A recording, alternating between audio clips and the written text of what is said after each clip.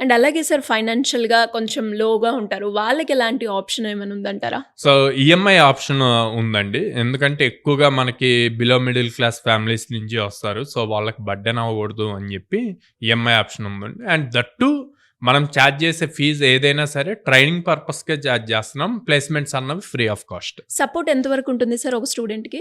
వాళ్ళకి pass out అయిన దగ్గర నుంచి 2 ఇయర్స్ ఫ్రెషర్ ట్యాగ్ ఉంటదండి. సో, స్టూడెంట్ మన దగ్గరకి వచ్చాక వాళ్ళ ఫ్రెషర్ ట్యాగ్ అయిపోయే వరకు మనం సపోర్ట్ ఇస్తాం. అండ్ విజయవాడ లొకేషన్‌లో మన విజయవాడ బ్రాంచ్‌లో గర్ల్స్‌కి స్పెసిఫిక్‌గా హాస్టల్ కూడా ఇన్ హౌస్ క్రియేట్ చేశామండి. ఓకే. సో, పేరెంట్స్ ఎలాంటి ఇన్‌సెక్యూరిటీ ఫీలింగ్స్ లేకుండా వాళ్ళు హ్యాపీగా విజయవాడ బ్రాంచ్‌లో జాయిన్ చేస్తే గనక అక్కడ వితిన్ ద క్యాంపస్సే ఉంటారు.